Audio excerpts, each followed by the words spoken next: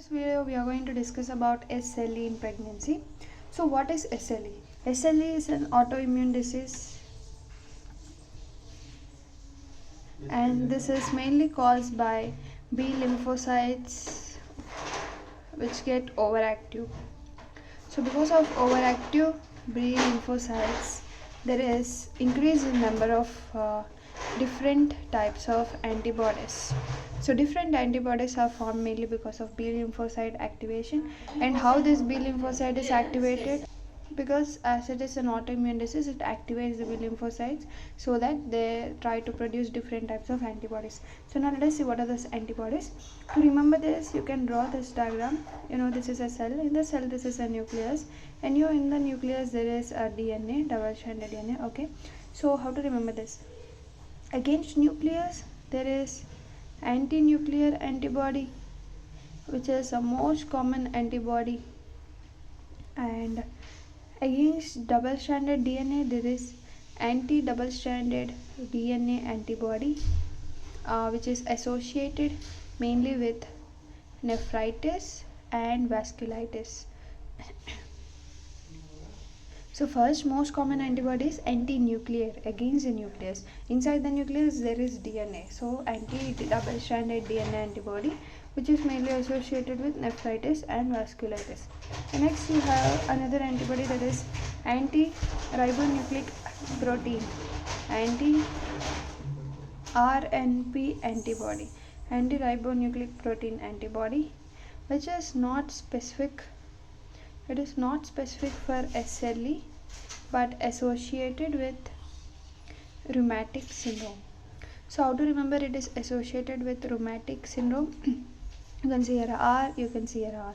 So ribonucleic protein antibody is associated with rheumatic syndrome and it is not specific for SLE. Okay. Next, coming to another, there will be histones. Okay. So there is anti-histone antibody, which is associated with drug-induced lupus. That is anti-histone antibody. Next, coming to anti-phospholipid antibody. Phospholipid will be on outside of cell, right? So anti-phospholipid antibody. Okay, so these are the different antibodies which you need to observe in SLE. So these are according to the cell, but there are different antibodies which are called as named antibodies. So what are those named antibodies? The named antibodies are anti-Smith antibody, which is Smith, you can see here S, so it is specific for SLE. Okay. And next, remember which is not specific for SLE, that is anti-RNP antibody. And next, coming to another named antibody, anti-Rho antibody, which is also called SSA. Okay, and which is also not specific. It is also not specific. And next one you have anti-La antibody, which is SSB. And finally you have anti-erythrocyte antibody. So we need to remember all these different antibodies. Now coming to the screening test. What is the screening test done for SLE? In that screening test you mainly do for anti-nuclear antibody. As we know, it is the most common antibody, right? Anti-nuclear antibody is the most common. So the first screening also we use this anti-nuclear antibody itself. Now let us discuss in detail of anti-Rho antibody, anti-La antibody, anti-erythrocyte antibody and anti-phospholipid antibody. So first we'll start our discussion on anti-Rho antibody. So anti-Rho antibody and anti-La antibody, they both are most common in lupus syndrome and also Sjögren's syndrome. So they are common in lupus plus Sjögren's syndrome. Okay, and this decreased chance of nephritis in patient. There's decreased chance of nephritis in patient. Okay, by this both antibodies. And if a pregnant mother is with SLE and anti-Rho or anti-La antibodies present, then it increases the chance of congenital heart block in fetus, and also there may be unexplained stillbirth. So if there is a pregnant female with SLE, so she is having SLE and also with anti-Ro and anti-La antibody, then there is increased chances of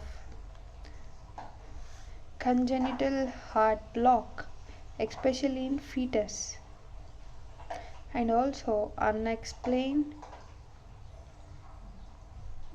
stillbirth. Okay, so these are the things which we need to remember.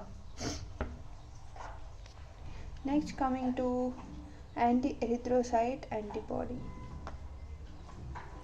Anti-erythrocyte antibody leads to hemolysis. According to the name, you can see anti-erythrocyte. So it is against the erythrocyte.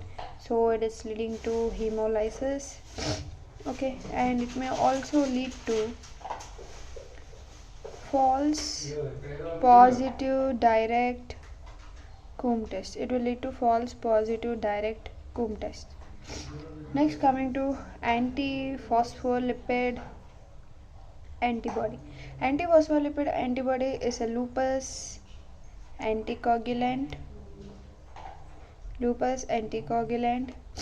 anti-cardiolipin antibody.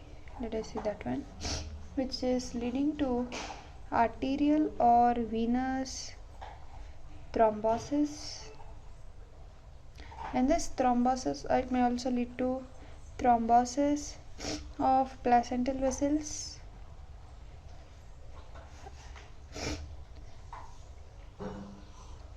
It will lead to stillbirth, it will lead to abortion, it will lead to intrauterine distress, it will lead to intrauterine growth restriction, it will lead to uteroplacental insufficiency, and also PIH, pregnancy induced hypertension.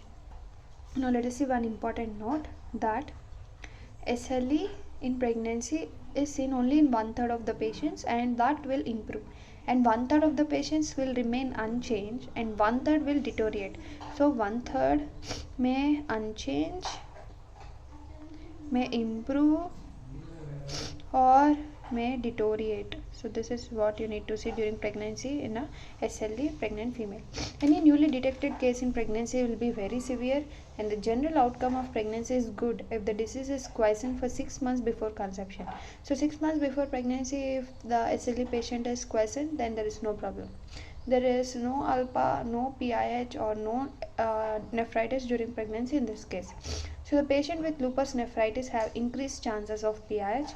So let us see, there are increased chances of PIH, and also there are increased chances of flare of SLE, and there are also increased chances of renal insufficiency. Okay, so drug induced lupus. So let us see what are the drugs causing drug induced lupus. So drug induced lupus is mainly caused by hydralazine, isoniazid,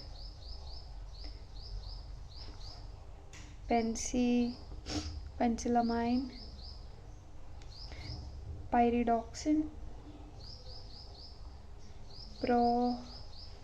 procainamide. So these are the drugs which are leading to drug induced lupus in pregnant females. Now coming to management of SLE. Okay, so how to manage SLE? For this, there is no permanent cure, only symptomatic treatment is that is give low dose of aspirin throughout the pregnancy. Okay, so what is the management? Management is low dose of aspirin, and in mild case, if patient has joint pain or arthalgia, then we need to give NSAIDs. NSAIDs, they are never given for prolonged period because large intermittent dose should not be given. If they are given, then it may lead to oligohydroamines and premature closure of ductus arteriosus. Okay, so in severe cases, the drug of choice is prednisolone. If it doesn't respond, then give azathioprine. And the side effect of prednisone is gestational diabetes between 24 to 28 weeks. Now let us see what is the neonatal or fetal complications because of SLE. So the neonatal complications are, you'll have IUGR, intrauterine growth restriction, oligohydramnios, and neonatal lupus syndrome. And SLE can cause preterm labor, and which will lead to prematurity, and because of this prematurity there is respiratory distress syndrome. So what is the management? Continue pregnancy till term. So neonatal lupus syndrome. Neonatal lupus syndrome, most common manifestation is cutaneous lesions. So cutaneous lesion is the most common manifestation. There is systematic involvement like hematological abnormalities, and there are occasionally, it may lead to occasional heart blocks. Now let us discuss about congenital heart block. Congenital heart block already discussed, caused by anti-Rho and anti-La antibodies, and they are specific due to myocarditis between AV node and bundle of His. So most common if the previous baby is already affected, and it is permanent in nature and require pacemaker in the case of congenital heart block.